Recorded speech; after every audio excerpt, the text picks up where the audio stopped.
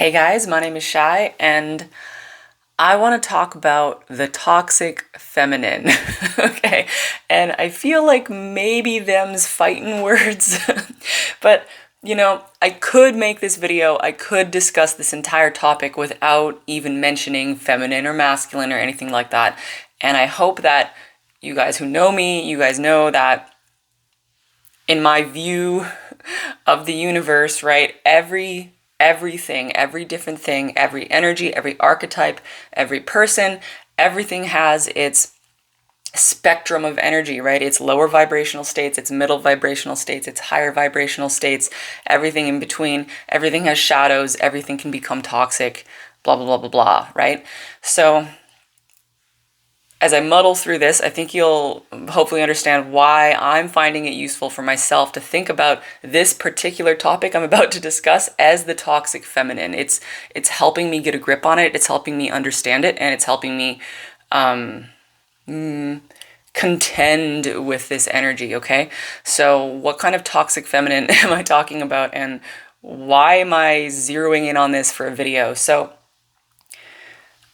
basically, the TLDR here is that I want to talk about that voice inside your head that tells you to give up, that tells you to stop, that tells you it's too hard, just take a break, just rest, right? And I mean, those are the nicer words there, but it can also be, I can't do this, I can't do this, this is way too hard, it's way too much of a struggle, I'll never succeed, right? Those type of voices, because I don't know about you guys, but that has been something I have contended with a lot for my entire life. And let me walk you through how I started thinking about this, because I've, of course, been going through different just daily experiences that have led me to the making of this video. So I recently took up running. Okay, so bear with me because now everything is a running metaphor, right? Because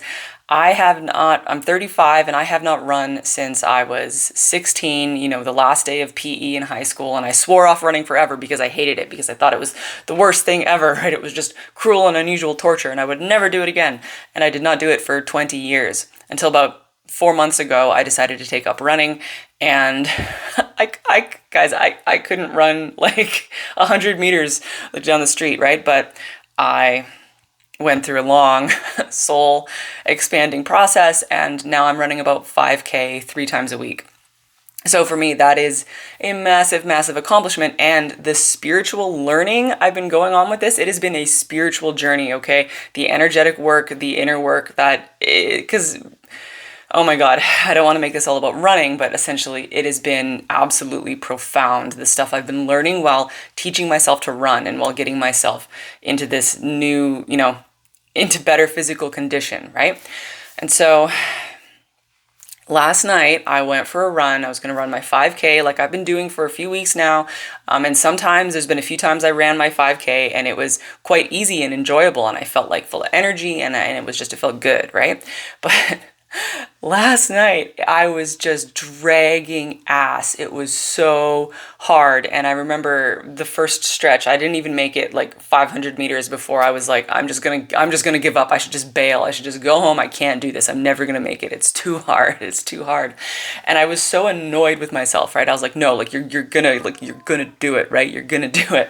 So that's my cat meowing outside the door. I was like, what is that? So I stuck it out, and I ran the whole 5K, and I made it home without stopping to walk. I did slow down quite a bit, right? But I ran the whole way. And for me, that's the goal, right? That's my big accomplishment. I felt so good after. But as I was going through this process of like dragging myself, kicking and screaming down the trail, right? I became really, really aware of the voice inside my head that was telling me to quit, that was telling me I can't do it, that was telling me this is way too hard. Why am I pushing so hard? Why am I struggling so hard? Why am I doing this to myself? I could just walk. I could just turn around and walk home, right? And eat cake, right? I could just take care of myself, and I can just take it easy. There's no reason to be doing this. Look at all these other people. They're just walking their dogs, right? I don't need to be doing this. I could just take it easy. And I found that this voice inside my head started to feel really insidious, right? Because It was really, really insidious. And I recognized this voice from really dark times in my life, right? Like, if you know my story, I have a whole like mental illness history. And so those times in my life when I was so depressed that I would have to crawl across the floor just to put on pants, right? And that was my big victory for the day, of crawling across the floor to put on pants and brushing my teeth. And sometimes, there's been times when that was my big success, putting on pants and brushing my teeth, and that was maybe all I could do in the day, right?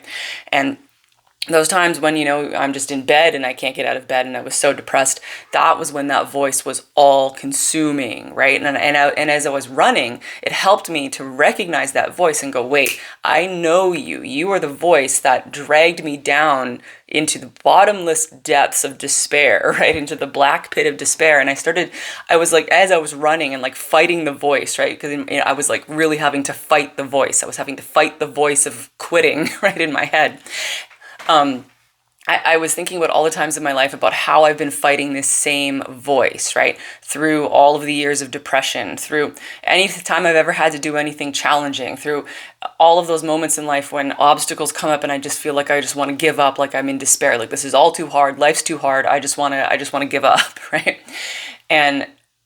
And that is what helped me get through the run, because I was also paying attention to my body. I was like, my body's fine. I'm not risking an injury. I'm not really hurting anywhere. I just kind of feel low on energy, but I'm actually okay. This is actually okay to run. I'm good. My body is good for this run. I'm good for this, right? And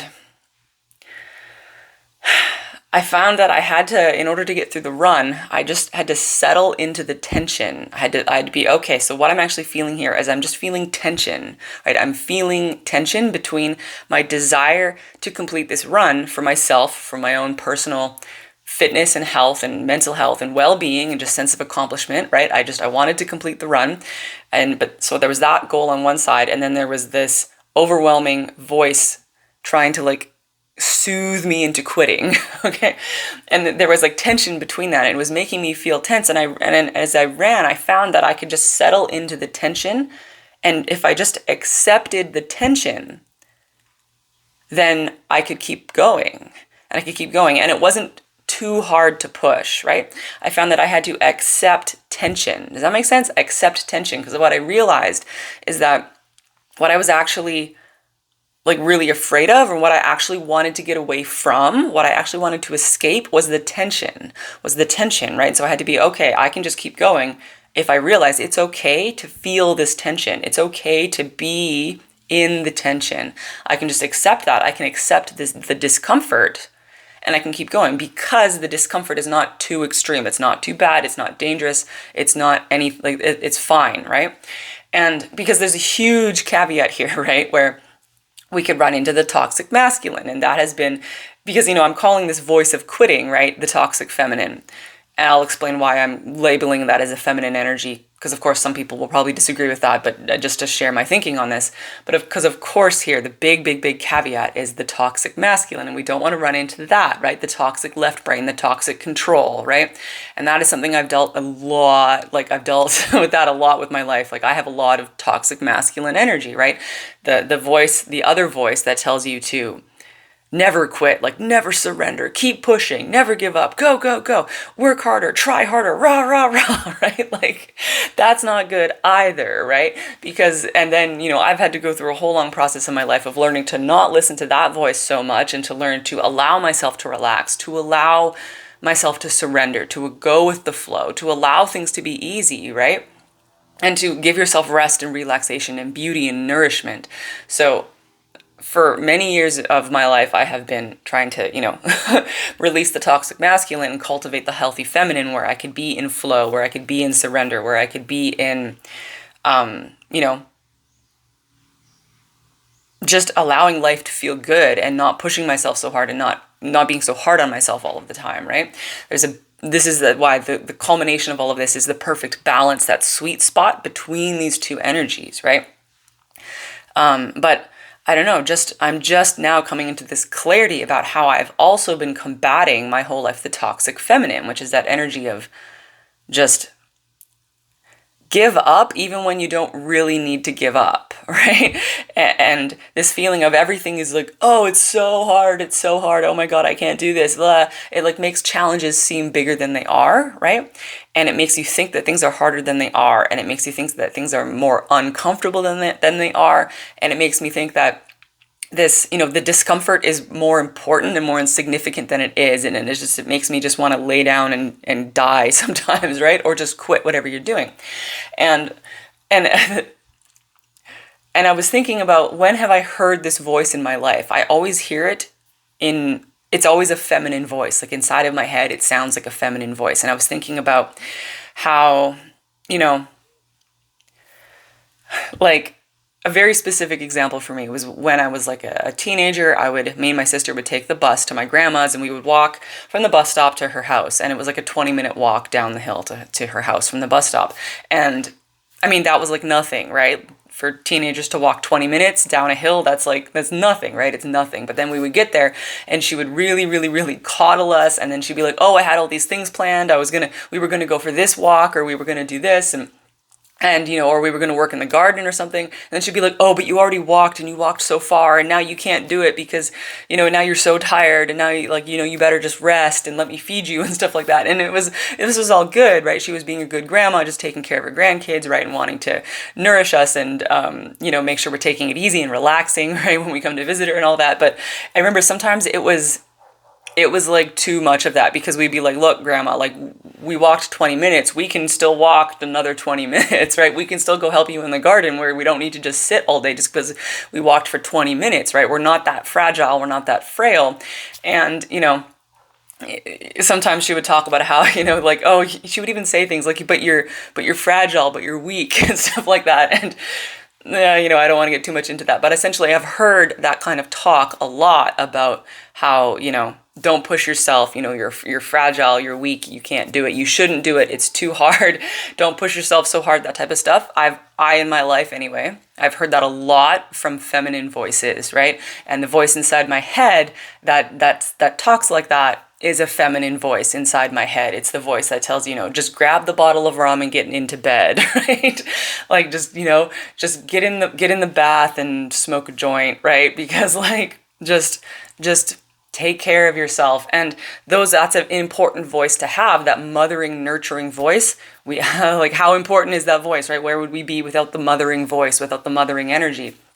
And of course, when we're when we're very young kids, right, we need that. Hold on, my voice is all froggy. Coffee.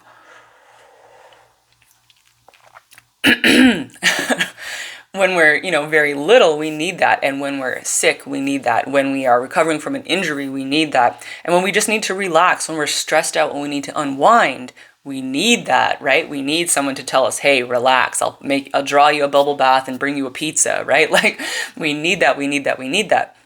But I think it becomes toxic, or it becomes at least it becomes problematic, right? And it becomes counterproductive. It becomes unhealthy when that voice becomes too loud. And when I was thinking back to when I used to be really, really depressed and literally crawling across the floor to put on pants, like I cannot even emphasize like how real that experience was to me, right? And now it just seems so ridiculous, because it was like that voice became so overwhelming. It made me want to give up on life entirely, right? It was like I couldn't even live, because this toxic feminine voice inside my head had like populated my whole reality with this like dark, soupy energy of despair and giving up, and everything just being way too hard, right? And it's interesting, I never realized it at the time, but it's interesting thinking back to when I was depressed. It's almost like I had too much toxic feminine and too much toxic masculine at the same time. And like that was like this, because even though I was in the voice of quitting, right, in this soupy toxic feminine mess of despair and giving up and, complete passivity, I was also at the same time inside, like struggling really hard and like fighting for every breath, like fighting for every, putting on of pants, right? And every moment was a fight. I was like fighting so hard, but I was also like completely overwhelmed by the despair of giving up and quitting, right? So that's kind of something interesting to think about. I was like, It's almost like the energies were balanced, but in a horrible way. Right? In a horrible way. I was in the toxic feminine and the toxic masculine, like fighting way too hard against this, and sometimes, not even allowing myself to properly rest, even though I maybe was in bed for like a month straight, right? And still like somehow not resting because I was fighting so hard the whole time. So I don't know. I could get kind of lost in that speculation there. But anyway, so I don't really know what this all adds up to. I just kind of felt really called to put out this experience I had of going for this run and realizing that I can discern when to resist these voices, right? Because I'm sure there will be a time at some point when I'm going for a run or I'm doing something really hard in life when I will need to listen to that voice, where that voice will be appropriate and healthy, and will it be okay, I am pushing too hard, I am straining myself, perhaps I am risking an injury, perhaps this is just an unnecessary like push, right? And maybe I'm just stressing myself out and I need to relax, right? Sometimes that is true. Sometimes that is absolutely true, right? But other times I'm finding that sometimes in life, definitely, I could push a little bit harder, right? I don't actually need to quit yet. I don't need to quit right now. And if I quit right now for no real reason, for no good reason, I would just be kind of giving up on myself, right? I'd be kind of letting myself down. Will I feel better if I quit right now? Or will I feel better if I keep pushing and pushing through this, right? And I mean, this is tough, right? Like, this is so tough. I think this is a big part of what we're all dealing with all of the time, knowing when to push past an obstacle, like knowing when an obstacle comes up and go, okay, I gotta fight this. I gotta push past this. I gotta find a way around it. I gotta do creative problem solving. I have to tackle this in some way, shape, or form. I must contend with this obstacle. Knowing when to do that and knowing when to go, okay, look, enough is enough.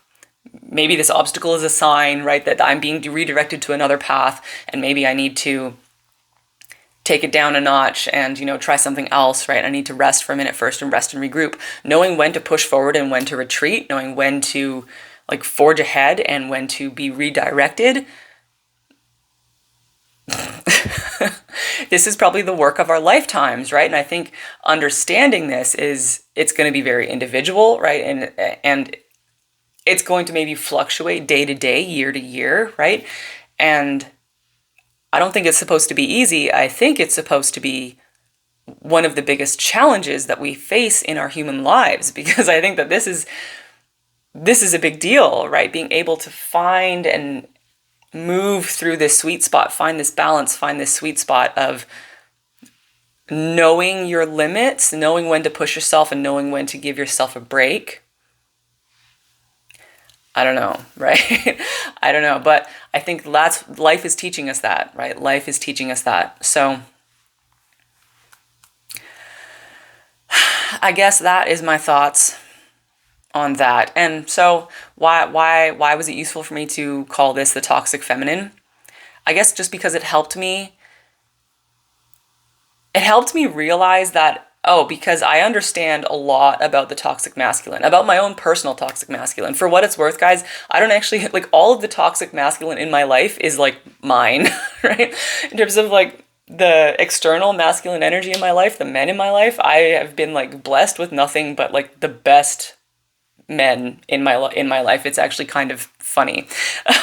So all of my toxic masculine energy is like all internal, and I have spent a long time like understanding that and unwinding that and coming to grips with that, right? So since I've spent so much time thinking about the toxic masculine, it really helped me to realize, I'm also contending with the toxic feminine, right? My own internal toxic feminine, and how it has also probably been equally problematic for me, right? I understand completely how my own toxic masculine has been problematic for me personally.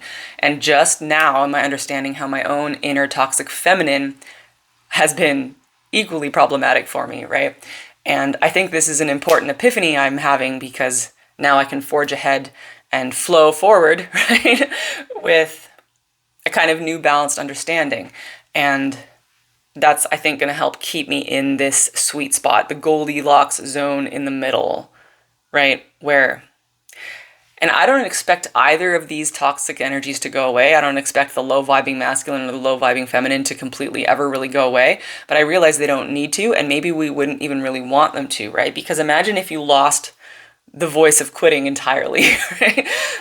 Then you would be injuring yourself, and you would never rest, and you would never relax, and that wouldn't be good either. So we don't actually want either of these energies to go away. And if you completely lost the voice of, pushing forward, well, then you might never do anything. You would just be completely passive. So we need these energies, even the toxic energies, right? Even the low vibing energies, even the shadow energies. They're part of everything that is. They're part of our experience. They're part of ourselves.